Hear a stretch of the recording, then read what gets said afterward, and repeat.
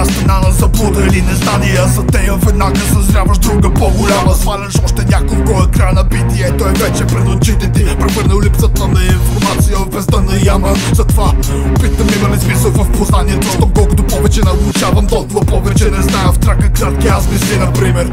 Може би има за краткия период, през който съществуваш, си струва да се извисиш над всичко, което чуваш, и да можеш ефективно да се изразяваш в средата, в която общуваш. Придавам свежест на паметта си, както по листата розата, защото за мен ерудицията е еквивалент на сила, витаеща на метри от земята, а тя носи на увереността същината. Движещ ти заедно трите в транзитивна зависимост, света за тях откритие обещават всякакъв вид хрисимост. И както винаги казва едно силно тяло, никога не може да надмогне над възвишен интелект. Информирали си печелиш за всякъде респект, за това целя да играя с назнанието отпора във всеки един куплет.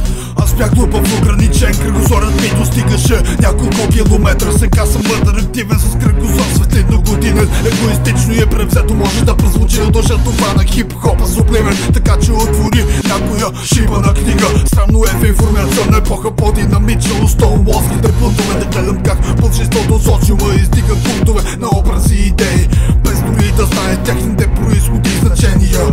И като последствие е странно как хората сами застават срещу себе си, като нарушават идеалите, които твърдят, че благотворят. Наблюдават оскарите и почитат първенюта, докато мръсно и мъртво течение ги води в уютна пътническа каюта. Много далеч от насъзнателния живот дебюта. Да си глупав не модерно, а направо смъртоносно. Следващия път, в който симпатизираш невежество относно какъвто и да било аспект, се седи как погребваш потенциалния си успех, оставайки затиснат под кубиките на маршата съзнанието.